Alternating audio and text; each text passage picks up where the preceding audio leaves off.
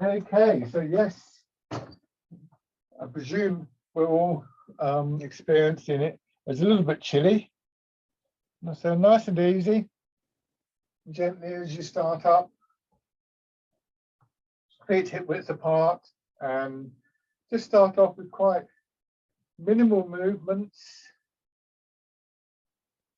Have a think about your posture. Weight forwards, hips sinking back a little bit, and notice how when you do that, and it's, don't force yourself. Well, I'm going to really push myself down. How far can you go without it becoming a strain? Just to get that little bit of a sense of a space in your body as well as in your mind, and you want the movement to fill up that space.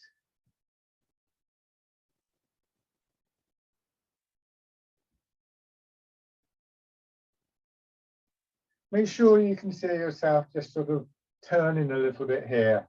See this movement. This is the real clincher here. It's how far can you go in this direction or the other direction without sort of that kind of gripping feeling.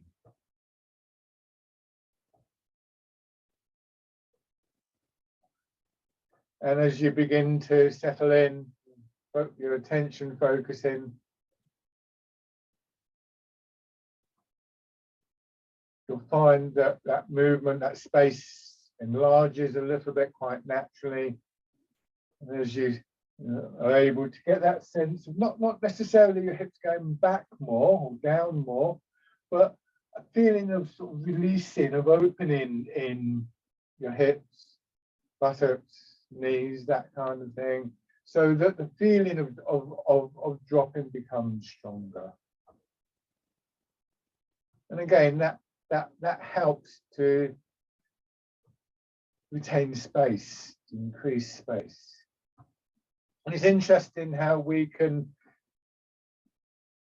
do that. I remember Carell, one of my teachers, going through a series of kind of corrections with me, and he was putting his hand there and he was saying, look, it's tense there. And I was saying, it's bone.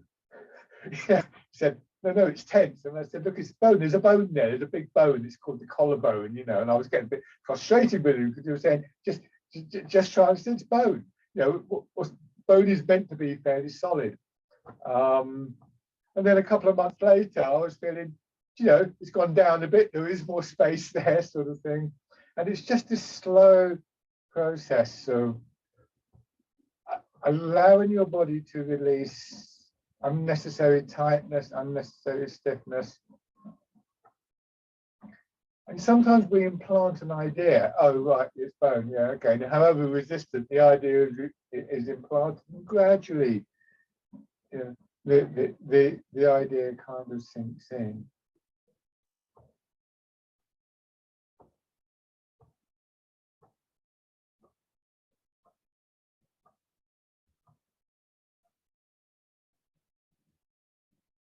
Nice steady rhythm in the movement still, gradually building, and just have this image of moving through water. I think this is quite a useful image in lots of ways. And I think this development of the connection and the inner strength that comes out of that image is actually one of the things that helps us to release tightness, because as we start to feel stronger, we're more able to let go of those areas where we kind of unconsciously think that we need to hang on.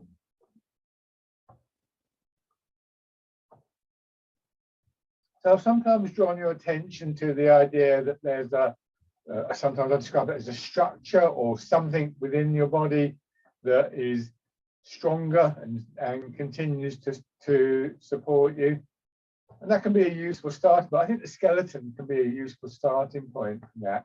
But ultimately, we want to put it through the whole of the body.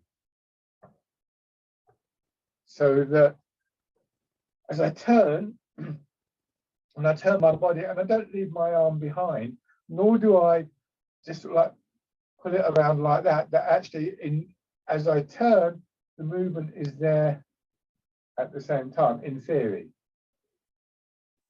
And it comes through those connections, which are every bit as strong as what we might think of as a connection. You know, if you've got a bicycle, there's a chain connecting the pedals with the wheel kind of thing. But it's never tight, it's never hard in Tai Chi. Its resilience comes from its suppleness, its elasticity. And when it's through the whole of the body, and again, the image I've sometimes used, of course, is of a tent, and the guy ropes and the frame and pegs of the tent all working in one unit, shall we say.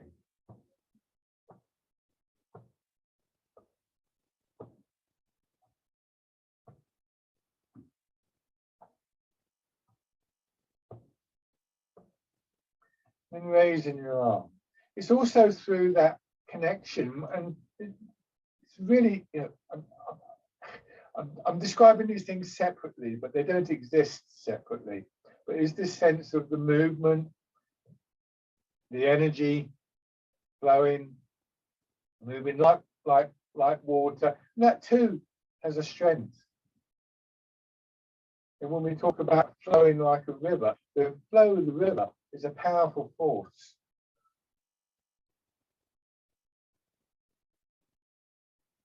So all of these things start to interrelate. They start to feed off each other, blending into one thing, which is Tai Chi, I suppose you could say.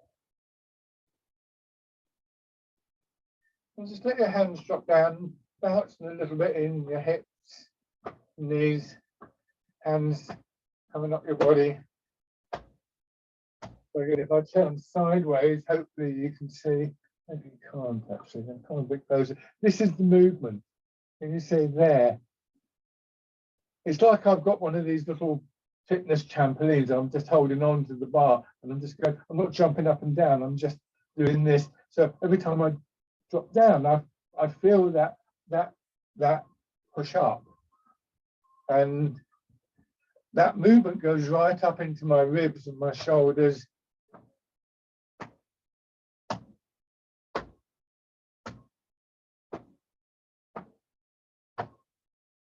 Releasing areas that feel a bit stiff and tight. You might feel your shoulder blades just moving a little bit up and down your back, for instance, or all sorts of things you can feel.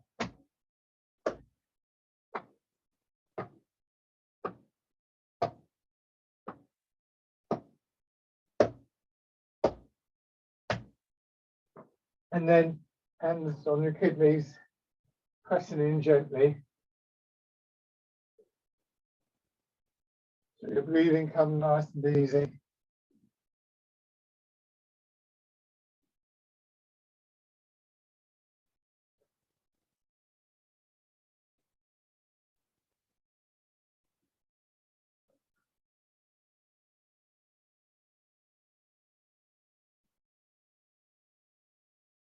Okay.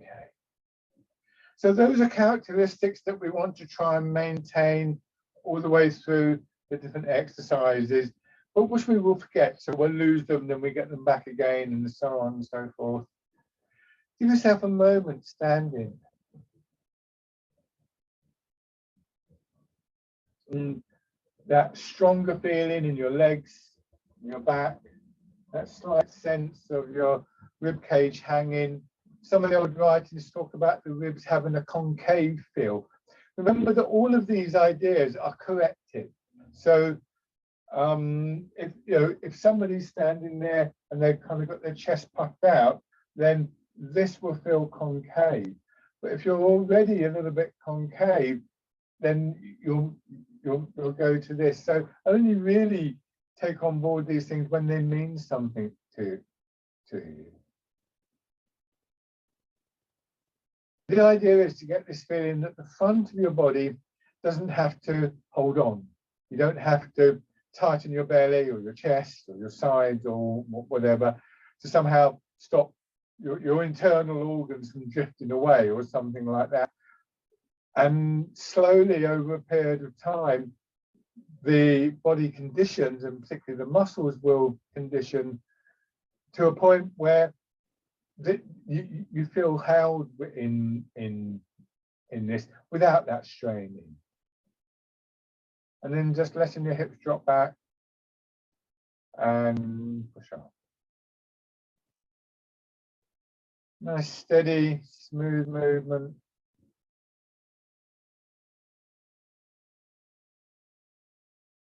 And that same sense of rhythm, that same sense of connection, same sense of flow within your body. Bringing your hands around as though you're cradling the ball. And pushing up. Remember, you're moving within the space that's available. With a sense for how your body feels in the chillier conditions we're in at the moment. Don't force anything. And in many cases, I think when we do identify these areas that are a little bit stiff, a little bit tight, it's actually better to focus on what isn't stiff. You know, focus on how good the movement feels in some places, but it's, you know, those the subtleties, the nuances of the movement.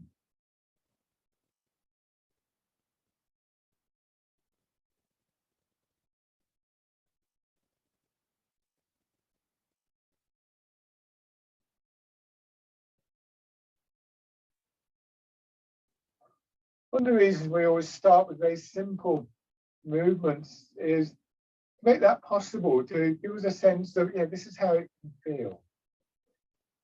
And it's quite good to have the challenges. You know, one of the more complex movements. Oh, how do I do this? How can I get that feel into it? But if you haven't renewed your acquaintance with that feeling, that's quite difficult. So after this one, we're going to change to the wild goose.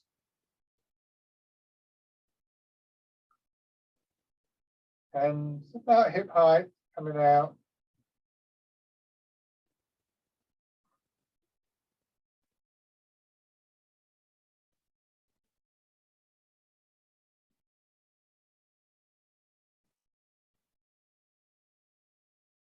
Going up to about shoulder height, no higher. Elbows hanging down.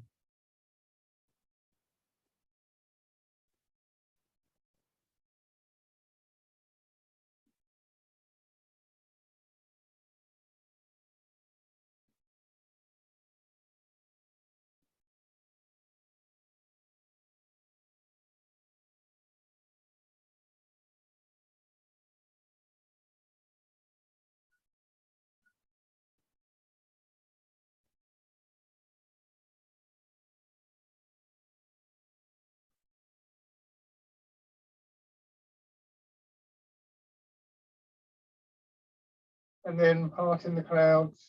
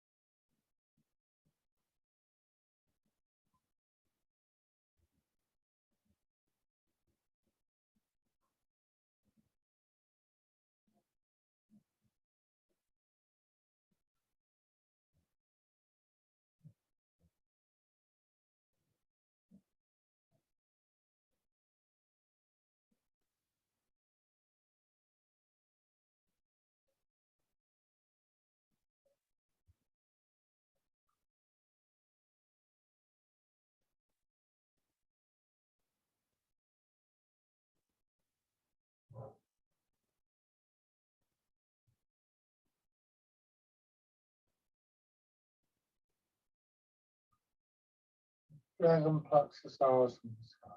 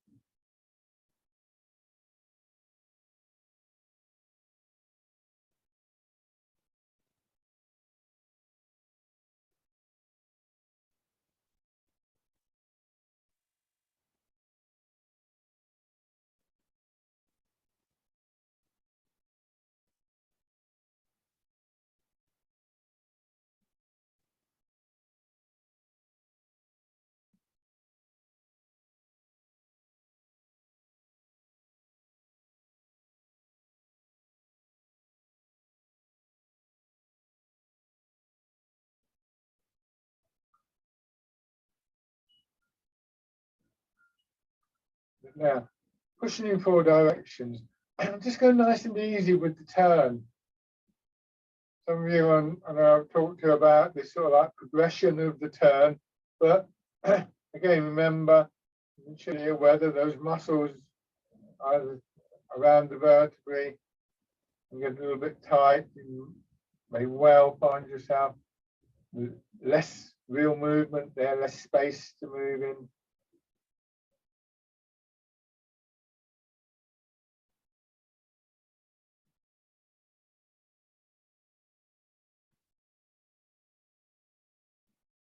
I get a sense of pushing against something. So somebody once said to me, she was coming regularly to the class, she said she imagined herself inside a big rubber ball.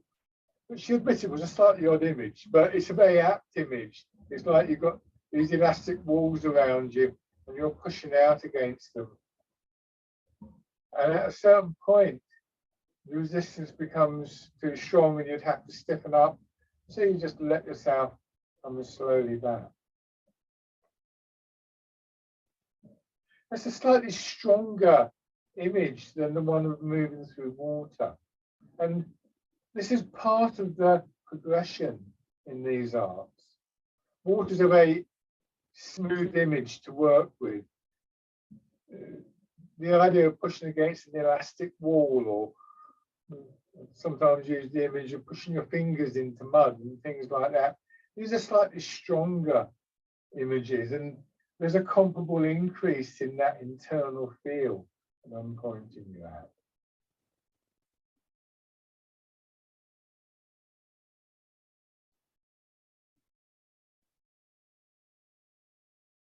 There may also be times when you can reproduce that feeling just by remembering it, not having to use an image. But well, I suppose what you're doing there is the image you're using is the image of that strength as you've experienced it before. So yeah, I suppose it is a use of image. Same kind of idea anyway.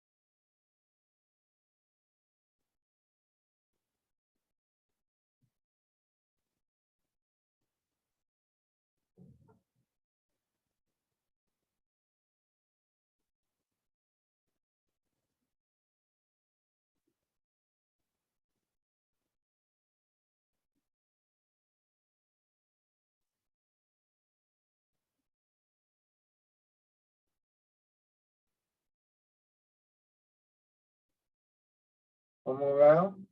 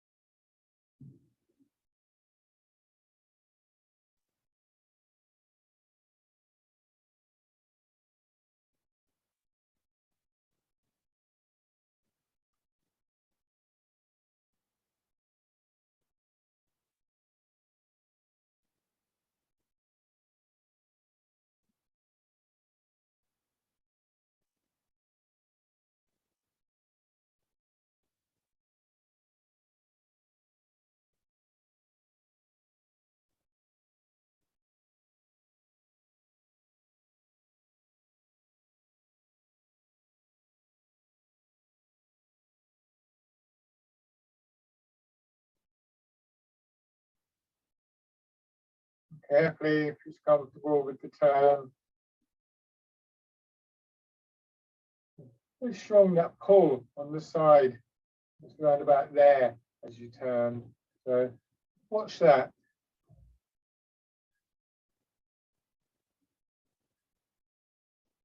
If you can, when you turn, as you make the turn, remember that feeling of releasing your hips and lower back, buttocks. So that, change sides now.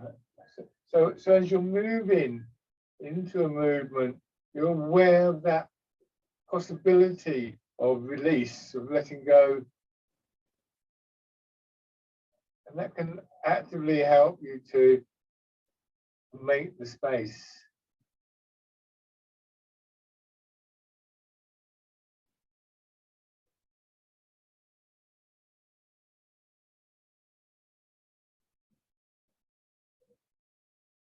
And then add in the turn.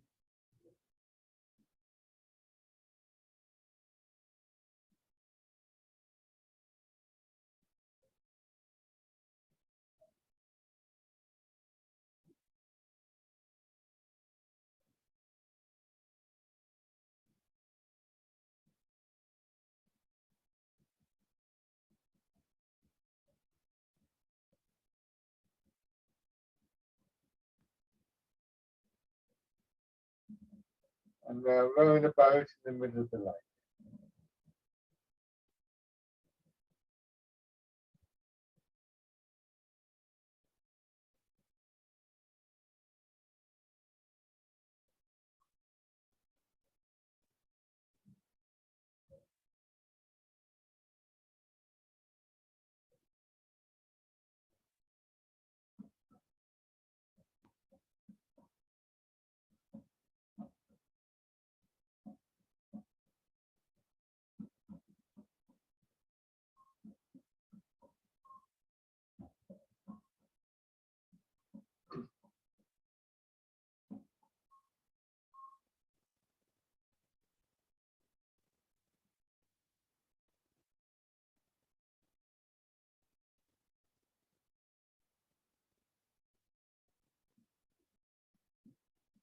One more time.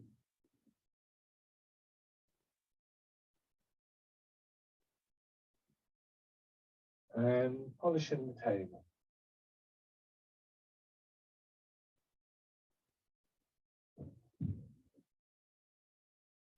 Use your hips. Turn your hips. Push them back. Draw them in and let them drop.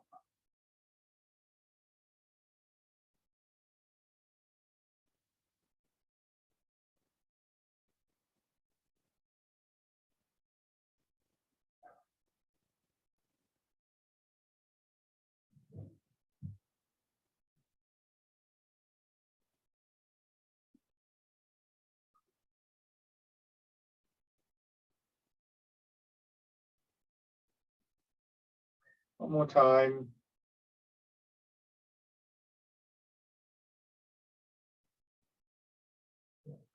Come back to the standing position and just once again gently into the swinging movements.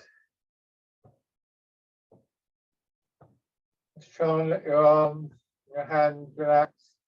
It's like curves in your joints of your fingers, little spaces between your fingers. Just slowly wind down so the movement just drifts to a halt. Once again, stand for a few moments.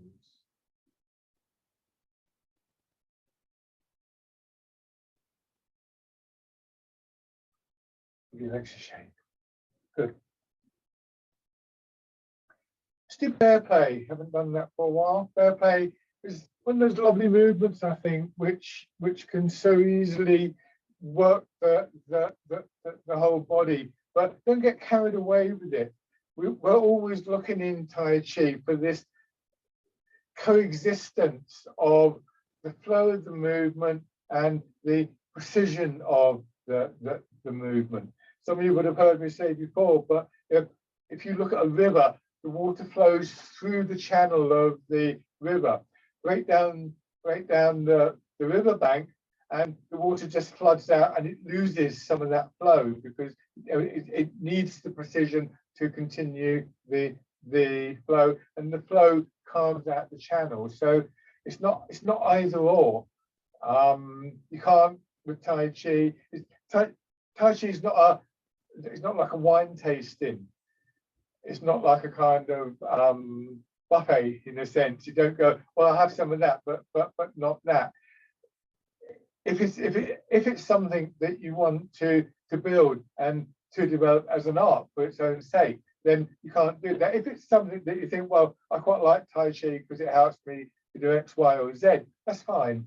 But if you're looking to kind of move on in this art, you have to recognise that it's the whole that sooner or later we're going to be developing. So you can't think, well, I want some of that, but not that, because then you've taken something out of it. So bear play, hands in front of your shoulders, sinking down and pushing up first of all. So as before, so building this up slowly. Notice that line, shoulder to hand to hip to knee to ankle on each side. And now just letting the movement push your hands up and down.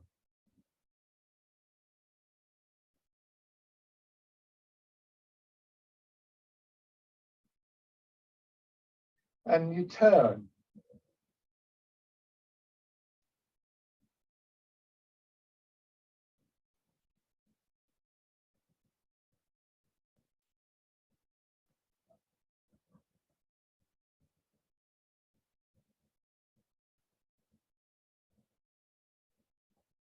This is which direction your elbows are pointing in. You want your elbows to point straight ahead. This time you turn and you move your weight into your right foot. And notice again where the elbow is. So the direction of movement in your elbow could be said to be forwards, whereas your body's turning to your left. That creates a little opening there, just where your arm meets your chest.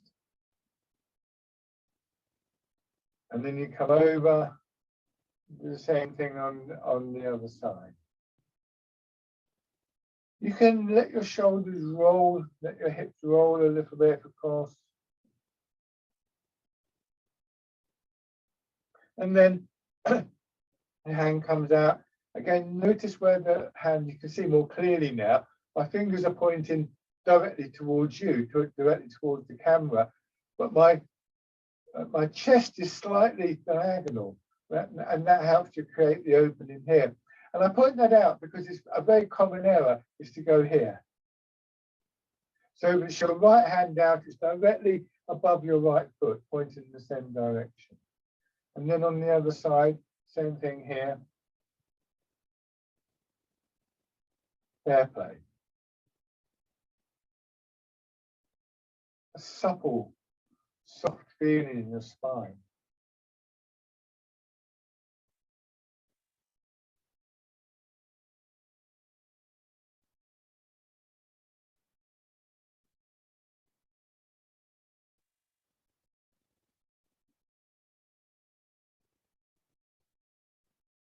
Very much working your whole body, using the push up from your foot, turning in your hips, feeling the connection through your body between hips and shoulders. It's not from hip to shoulder, it's from hip to the space just above the hip, and the space just above that, finally reaching your ribs, then rib by rib up to your shoulders. So it's not a hollow space in between. The connections are there for you to notice.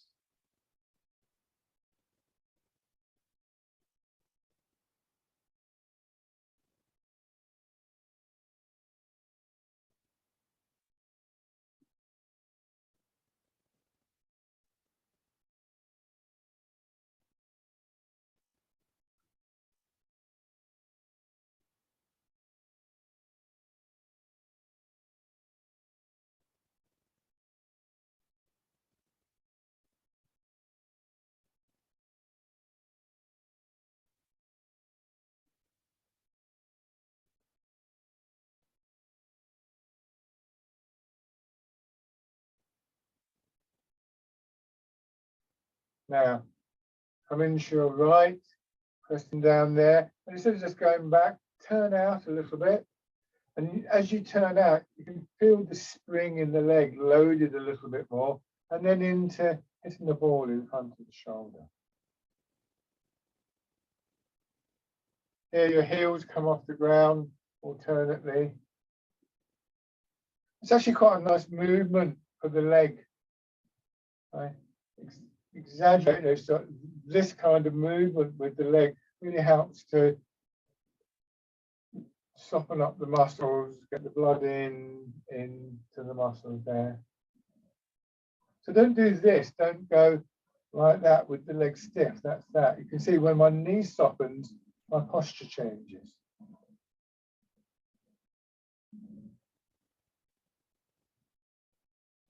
Here your arm does follow the same direction as your chest. And see if you can just feel as a result a similar kind of opening to that which you felt in bear play, but this time it's sort of behind your shoulder blade.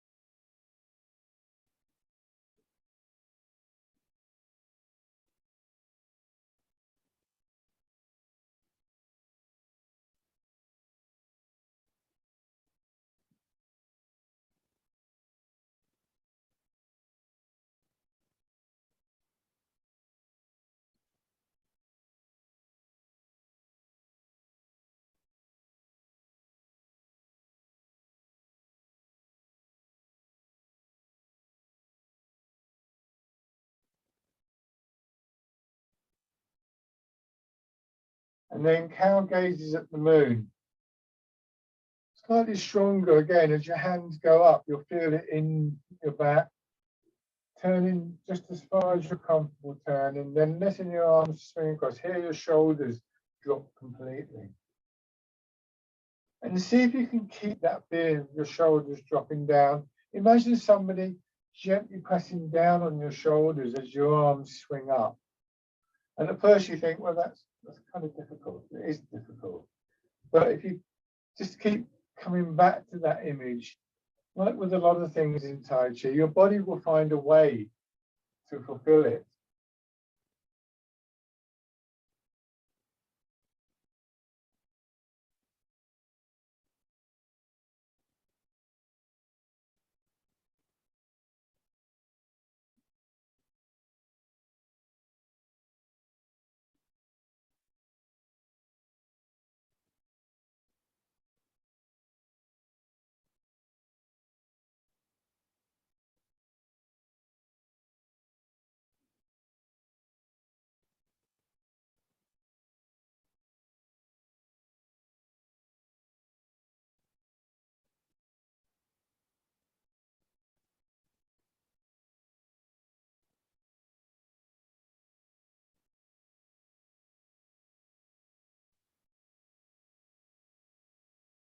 Do one more on each side.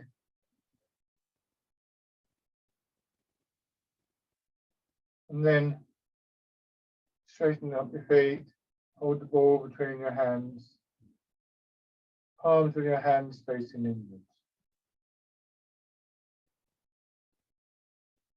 Hands are about shoulder width apart, but if I show you something, this may make it a bit easier. You can imagine this is a bit short for what I was talking about, but this is the sort of action you want. So you can imagine holding something between your hands.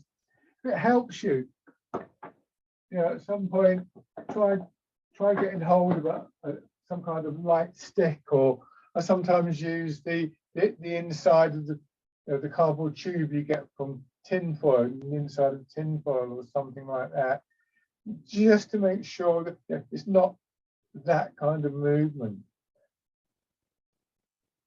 And when you get that, it's very interesting. Feel what's going on in your lower back. Because essentially you're asking the whole of your upper part of your body to follow what's happening in your back, apart from the up and down movement. But even that can have a significance. Go back the other way.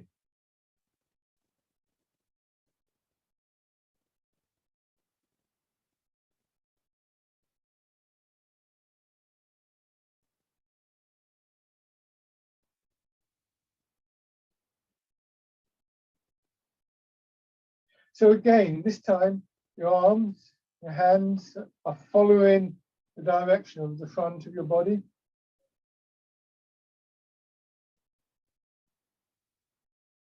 And then we're going to change again. So moving your hands to here, and this time, instead of letting your hands follow the body, you turn to your left and you push your right hand forwards and your left hand back.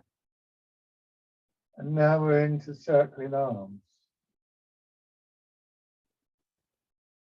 And so with this movement, as the arms spread out here, a lovely feeling of opening all the way across the chest. Of course, it's a very similar movement to step back to repulsing the monkey, which we do in the forward stance sometimes. No real movement in the weight here. You may, if you find that your weight is moving, then don't really strain against that, but try and get it to a point where you're staying 50% in each leg.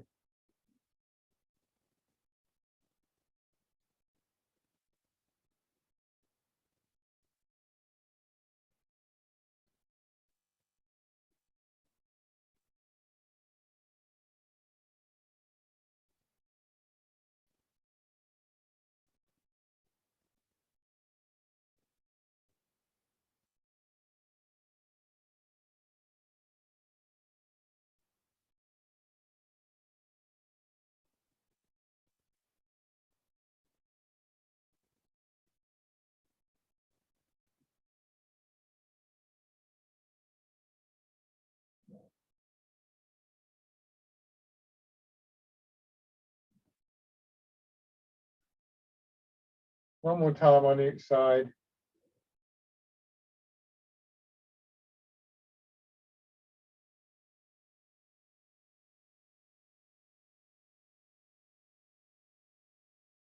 Shake it. So the transitions we just went into, bear play, to hitting the ball in front of the shoulder, gazing at the moon, the circling, and then this. They're all very similar movements with just slight nuances separating them. It's not always a big jump from a very simple movement to something apparently more complex. We can sometimes find the sort of simple route there. But now, 1 foot forwards, transferring your weight again, moving through water is a good one. Water up to shoulder height, and just feel how in your upper body that creates certain sensations of adaptation to keep your body in line, to keep your shoulders above your hips. And see, if I let my hands, sometimes I have my hands here, it's quite comfortable there. That's just I'm not pulling my shoulders around, it's just the elbows bending. Sometimes I just let my hands hang down, and that's quite useful because you can see, come closer here. So when I'm on the front foot, my fingers are roughly, well, they're pointing down to a point just behind my heel. And when I come forwards, now, more like my ankle.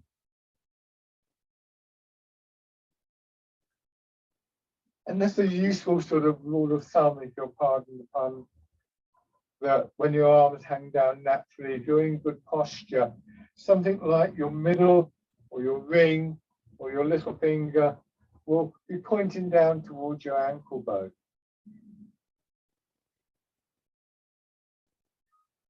If you're hunched over, that won't happen. And if you're leaning back, that won't happen. This is with the arms just hanging very loose.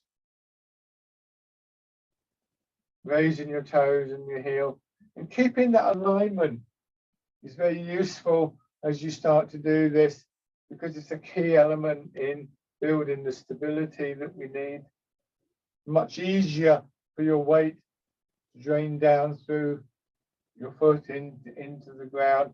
If your body is in line, if your body isn't in line, where it comes out of line, where the pressure of that is felt, will be like kind of little blocks in a pipe or something like that. Stepping in.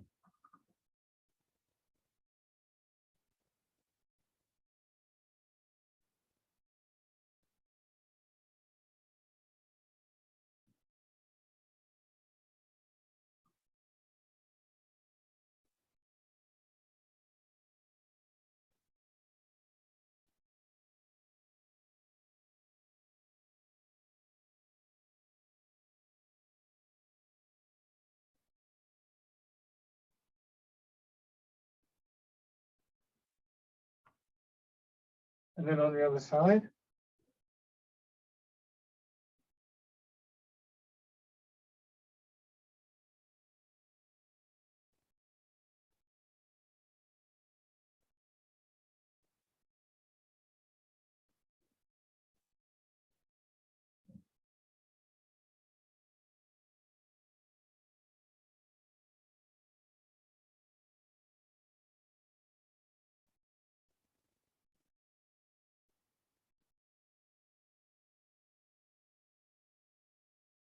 Raising your toes and heel.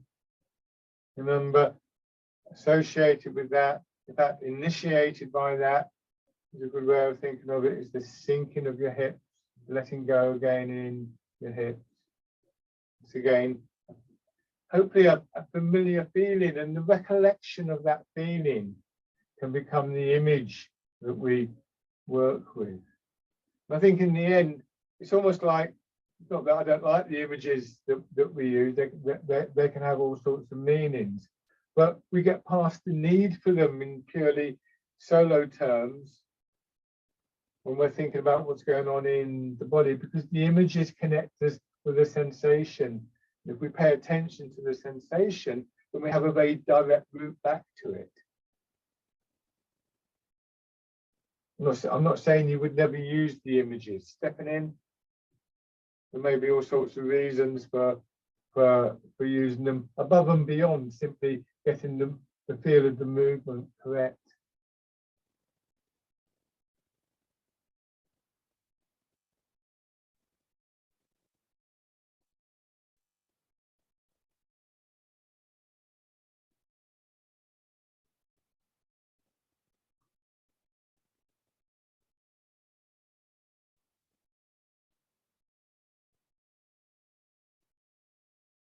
And then stepping through.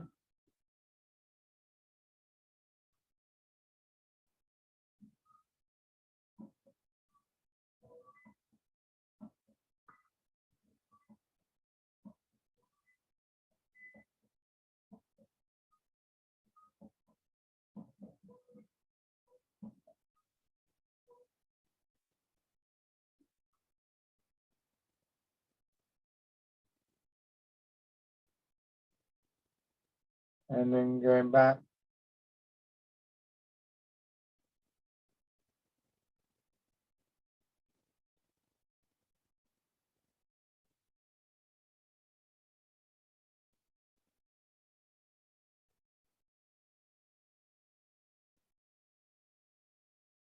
Okay. So right foot forwards. Forward folds its wings. Weight back and then going forwards.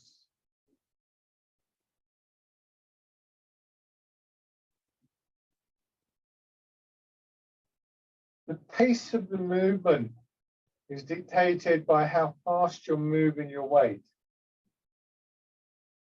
And what can easily happen here, and I notice sometimes people will start off doing this, and then a few rounds later, they'll be doing it the opposite way around because they're paying too much attention to their arm. All you have to do with your arm is rotate, nothing else.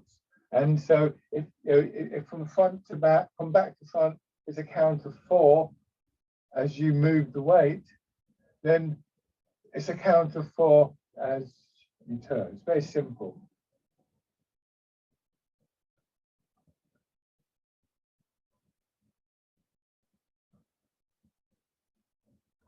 Fisherman cast the net.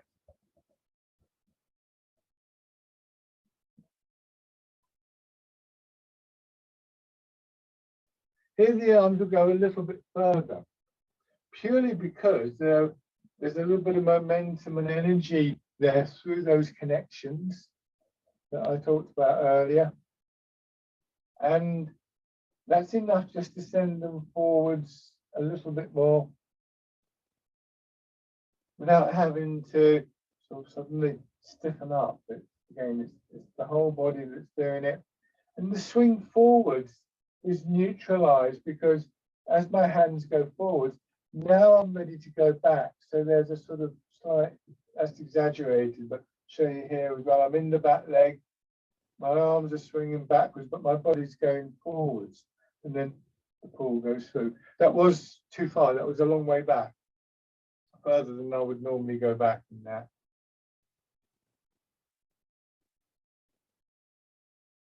Once we've made those connections, once we've got that order of movement, and we're not doing extra stuff with our hands from here, leaving your right hand out in front, the lead hand, go back, turn, raise the right hand a little bit and go into repulse the monkey.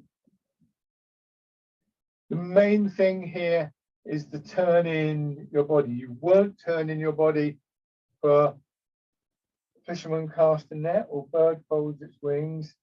You are turning your body now, and that has an immediate effect on our arms.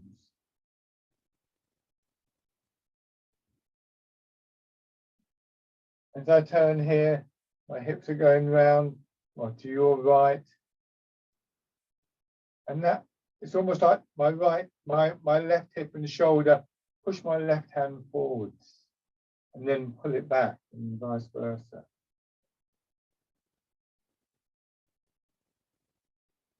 If your question is, what do I do with my arms? It's almost certainly the wrong question. Ask yourself first, what am I doing with my feet, my weight, my hips and my waist? Only when you've answered that is it significant to ask yourself about the arms.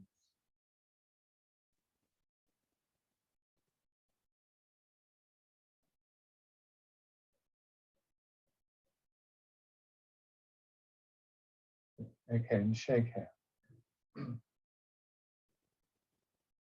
And then transferring your weight.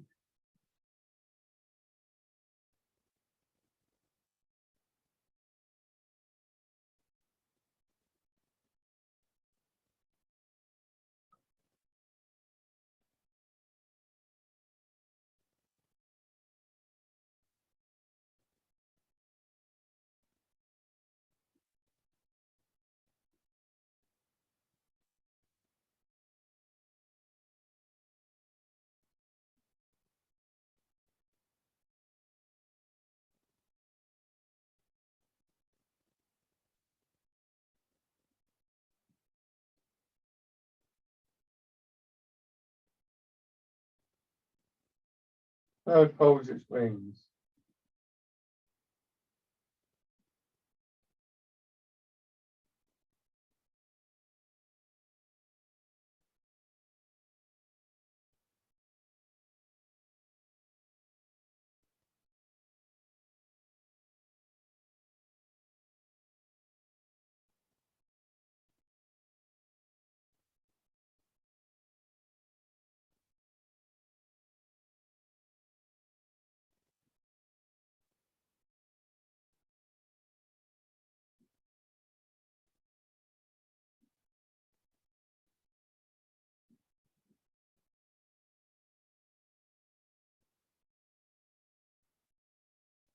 Fisherman cast the net.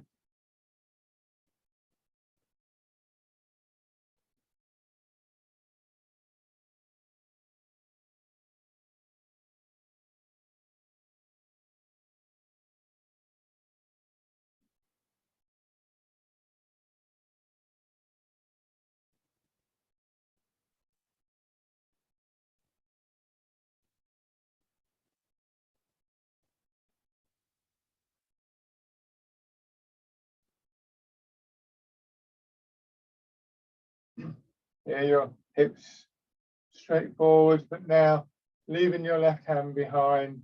You turn, see how that does with the arms. Just bring them into position gently. And pulse them on.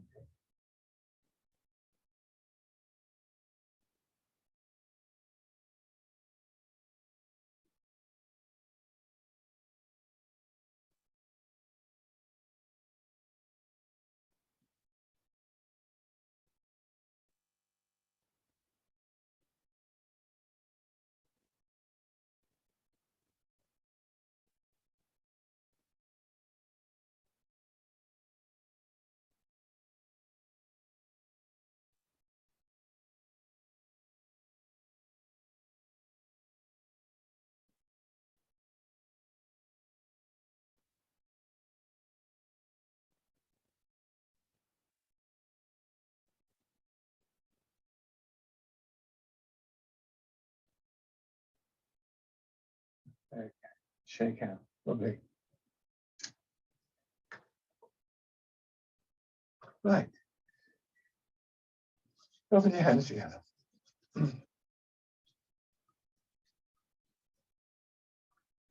Tap in over your face.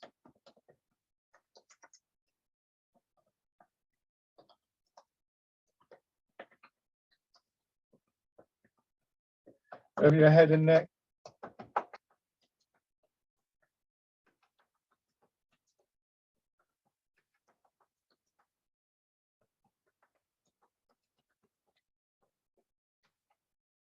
Down to one shoulder.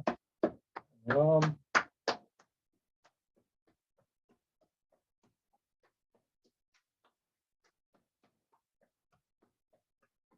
Other side.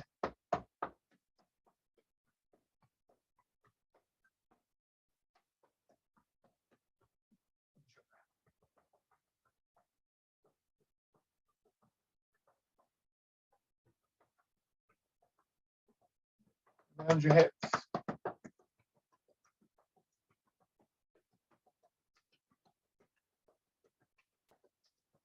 Legs.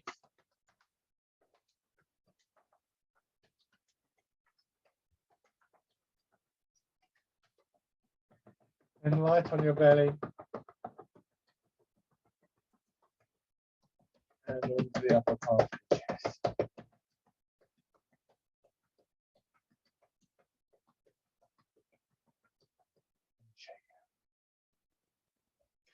Okay. So embrace tiger, return to the mountain. Just stand in for a moment.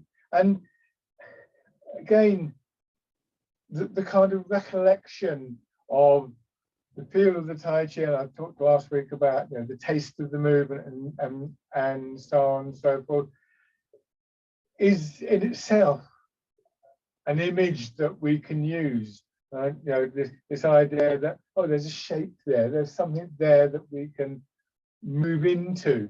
And so even in standing, we can find ourselves flowing into that. But of course, embrace tiger, return to the mountain really sort of emphasizes that, pushing up, bringing your arms around as though you're going to hold a cradle against, a ball against your chest, drawing in and sinking down.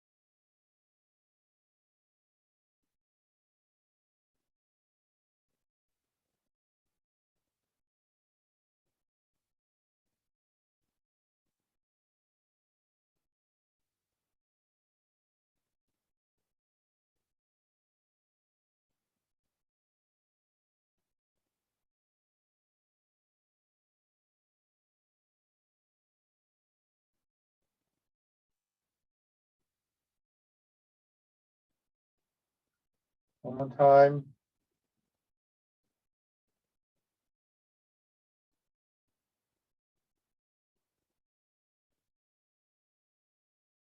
handstand.